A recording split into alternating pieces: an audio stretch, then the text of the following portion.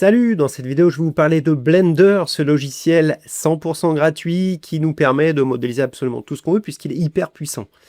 Je vais l'aborder sous un angle assez simple et assez ludique puisque je vais vous proposer de modéliser cette image-là, que voici.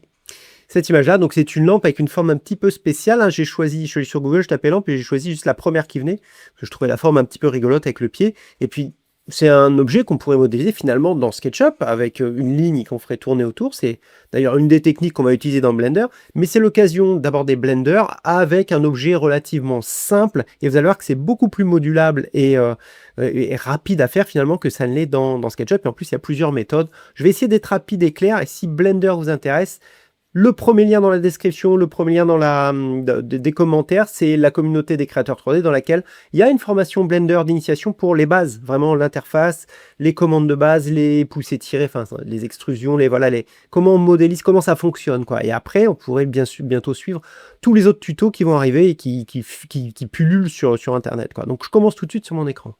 Donc la première des choses, c'est que on va faire une capture d'écran de cette lampe, hop, comme ça. Et on va ouvrir Blender.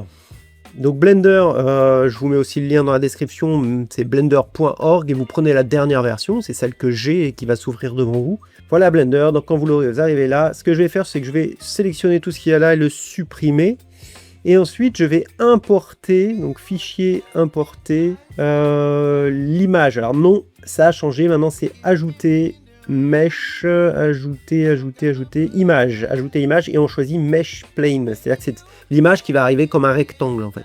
Je prends ça et je vais chercher dans mes captures d'écran l'image.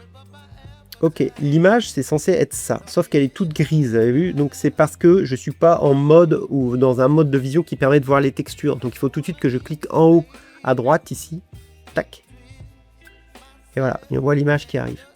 Donc elle, je vais la tourner.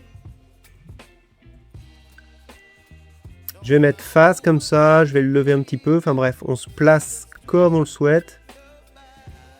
Et je vais la reculer un petit peu comme ça. Voilà, parce que la ligne que je vais créer va se créer ici. D'ailleurs, le principe, c'est que je vais faire une ligne et je vais décalquer tout le contour et je vais faire un tour autour. Et on va voir à quel point c'est malléable et simple à utiliser. Donc pour ajouter un objet de départ, on peut aller dans Add, donc que ce soit un objet solide comme un cube, une sphère ou autre, ou une ligne. Alors Add Curve, là on a toutes les lignes, et je vais prendre une sorte de ligne qui s'appelle le pass. Fonctionne un petit peu tout pareil, et donc on voit qu'il y a un truc orange là qui vient d'apparaître que je peux bouger. C'est une ligne toute droite.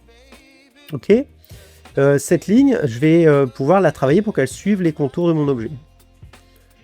Je vais me mettre en vue toute droite ici, en cliquant sur les axes. Vous voyez, on peut passer d'une vue droite à une autre vue droite, une vue orthographique. Et je vais passer en Edit Mode de cette ligne. Et tout simplement, je vais venir la placer tout doucement ici. J'hésite pas à zoomer. Et je vais commencer, alors je vous le fais en vitesse réelle au départ, et puis après j'accélérerai un peu. On va essayer de placer comme ça les points. Et de dessiner grossièrement pour l'instant, juste avec la ligne orange, on ne se soucie pas de la ligne noire. Tac, ouais, j'ai un truc comme ça. Je le fais schématiquement. Et je prends le point qui termine et je fais E comme extruder, ce qui va créer un autre point. Hop, vous voyez, quand je fais E, je crée une extrusion. Je vais le mettre ici, je refais E, je me mets là dans le creux, je refais E, ainsi de suite.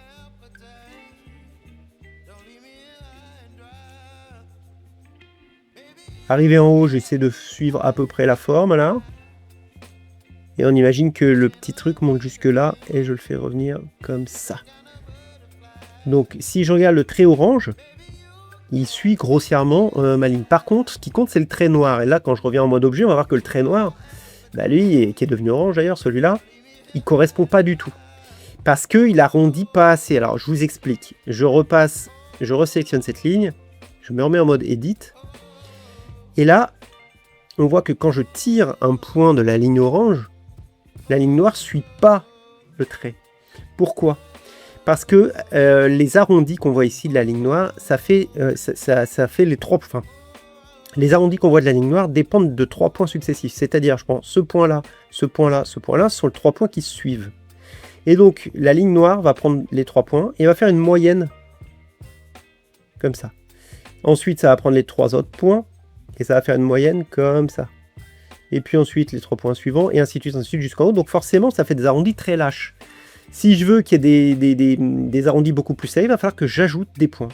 Et là, pour ajouter des points, c'est assez simple, il y a plusieurs méthodes, mais ce que je vous conseille, c'est de faire sélectionner 2 points qui suivent, faire un clic droit et de faire subdivide, ici subdiviser, ce qui va ajouter un point au milieu. Et ce nouveau point, vous le bougez et vous le mettez dans les angles. Maintenant, il y a 3 points qui suivent, qui sont plus serrés, et donc là, on commence à se resserrer un petit peu. Je peux faire la même chose ici, sélectionner ces 2 points-là, faire clic droit, subdivide, et j'ai un autre point qui s'ajoute là, et avec ce nouveau point, hop, c'est encore plus serré ici. J'ai 3 points qui se suivent de très près, donc l'angle est plus serré. Donc partout où j'ai besoin d'un angle un peu plus, de maîtrise un peu plus ample, j'ajoute un point, et je le rapproche d'un autre point existant. Ok, donc je vais faire ça tout du long, regardez, je vous montre le début. Clic droit subdiviser, j'ai un point qui vient de se mettre là. Je le bouge, je rebouge celui-là, et là je me fie que la ligne noire. Ok, et pour que ça suive au maximum les formes de l'objet, je subdivise. Vous voyez, donc celui-là, je peux le réajuster un peu comme ça. Celui-là, hop. Et je vais faire ça jusqu'en haut, donc c'est un petit peu répétitif. Mais comme ça, on comprend bien le système.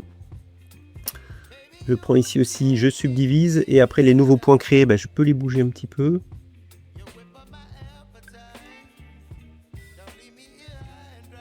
Et on voit que là, ma ligne, elle suit beaucoup plus précisément que tout à l'heure. Donc je passe en accéléré, mais je fais la même chose jusqu'en haut.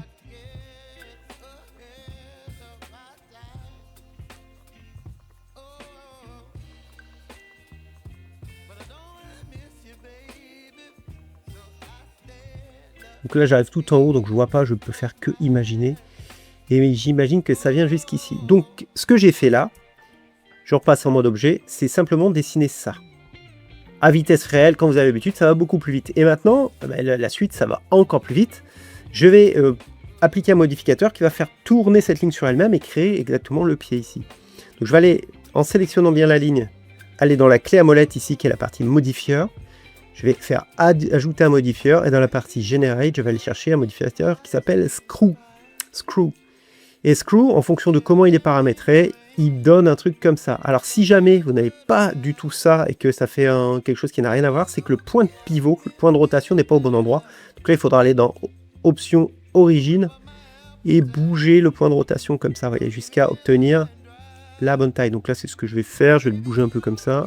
À la limite, je vais me mettre en face. Voilà. Et je bouge le point de rotation. Tac. Je suis pas mal. J'enlève option origine quand j'ai terminé. Et c'est un petit peu fini. Hein. Qu'est-ce qu'on a comme option dans Screw? Donc on a la possibilité, vous voyez là on voit que ça, on voit un petit peu le côté 3D de la chose. C'est parce que j'ai que 16 côtés. Si je le monte à 20, 32, etc., je vais le voir de moins en moins. Alors attention de ne pas monter trop fort parce qu'après l'objet devient assez lourd. Je vais laisser comme ça, et puis l'objet n'est pas tout à fait fini parce qu'on a aussi un abat-jour. Alors l'abat-jour c'est encore plus simple, c'est une sphère. Donc je vais aller dans Add, Mesh, UV Sphère. Et puis il y a une sphère énorme qui vient de s'ajouter. Je vais la réduire comme ça. Et je vais régler sa taille jusqu'à ce que ça matche à peu près.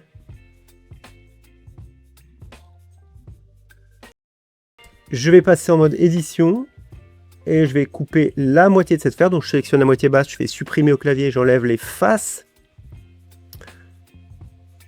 Où est-elle? Elle est là. Alors là, j'ai fait une belle bêtise, c'est que j'ai supprimé que la moitié. Alors pourquoi ça fait ça? Je vous montre la sphère déjà, on va la ramener à peu près au niveau ici, qu'elle soit à peu près dessus. Tac, en vue de dessus, ça me permet de juger à peu près, voilà. On se remet devant, je passe en mode edit, et il y a un truc, quand je sélectionne la moitié de la sphère comme ça, si je regarde derrière, ça n'a pas sélectionné ce qui n'était pas visible au moment de ma sélection. Donc pour pallier à ça, il faut cliquer sur ce petit bouton ici. Et là maintenant, quand je sélectionne, tout se sélectionne. J'ai plus qu'à faire supr, face, et cette fois c'est bon. J'enlève le petit bouton, je repasse en vue, comme ça, et je vais un petit peu bouger, ajuster la sphère, donc elle vient jusqu'ici, et elle est un tout petit peu plus large. Voilà. Pareil ici, ça c'est, je vais le baisser un tout petit peu. et le faire un tout petit peu plus large. Voilà, ça me paraît pas mal du tout. Là, je peux faire clic droit, Shade Auto Smooth pour que ce soit bien arrondi. Et il me reste à mettre de l'épaisseur à cette petite chose. À cet abat-jour, parce que sinon, je ne pourrais pas mettre une texture blanche ou différente de l'extérieur. Ça sera le même côté. Donc pour ça, on peut aussi utiliser un modifieur ici. Donc je sélectionne bien la demi-sphère. Je fais Add Modifier, Générer, et je vais lui mettre un Solidify qui, regardez tout de suite, ajoute une épaisseur à l'objet, à n'importe quel objet. Ici, et cette épaisseur, c'est ça. Hop, donc je peux faire vers l'intérieur, vers l'extérieur, d'une certaine... Alors comme je suis pas à l'échelle, je vais faire au pif. Voilà, je vais faire quelque chose comme ça. Ok, très bien. Je pense que j'ai à peu près fini. Ce que je vais faire, c'est que je vais joindre les deux objets. Je peux les sélectionner tous les deux et faire CTRL-J. Ah, CTRL-J, ça ne marche pas. Pourquoi ? Parce que cet objet-là est considéré comme un mesh, c'est-à-dire comme un objet avec des rectangles, des petites facettes, et celui-là, il est considéré toujours comme une ligne. Parce que je vous disais, l'avantage par rapport à un SketchUp, c'est qu'à n'importe quel moment, je peux revenir sur mon objet et le modifier. C'est de la pâte à modeler, j'en fais absolument ce que je veux. Si je veux modifier son design, je fais ce que je veux. Donc, ce que je vais faire, avant toute chose, je vais dupliquer avec CTRL Shift D, je vais dupliquer cet objet. Celui-là, je laisse intact, comme ça je pourrais revenir dessus, et celui-ci, je vais le convertir en mesh. C'est-à-dire que le pied là, je vais faire un clic droit dessus, je vais aller sur Convert to Mesh. Maintenant, les deux objets là, alors là c'est pareil, il va falloir appliquer le modificateur, solidifier, pour qu'il soit bien exporté vers SketchUp. Donc je fais sur Solidify ici, il y a la petite flèche, je fais appliquer. Je sélectionne les deux, je fais CTRL-J. OK. Et bien maintenant, je vais faire fichier, exporter. On va choisir un format qui est bien lu par SketchUp. Je vous propose le GLTF GLB ici. OK. Je me mets sur le bureau et on va appeler ça lampe verte. Dans les options ici, dans Include, je vais faire bien Selected Objet. Pourquoi ? Parce que qu'ils ne me prennent que l'objet qui est sélectionné. Vous voyez, j'ai sélectionné ma lampe, mais pas le reste. Comme ça, il va exporter que l'objet sélectionné et pas les deux autres objets qui ne servent à rien. Et puis là, c'est tout. Je fais Exporter. J'ouvre SketchUp et j'importe. Nous voilà dans SketchUp. Je vais faire Fichier, Importer.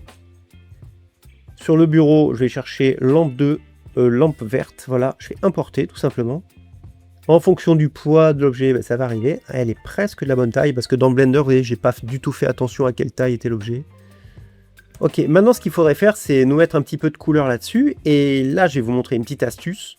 On peut aller sur un site internet pour aller relever la couleur de l'objet. Alors ce que je vous propose pour trouver la bonne couleur, c'est ce petit utilitaire que je vous mets en lien aussi en dessous. C'est imagecolorpicker.com. Il en existe beaucoup, Photoshop le fait, mais on va considérer qu'on n'a pas Photoshop.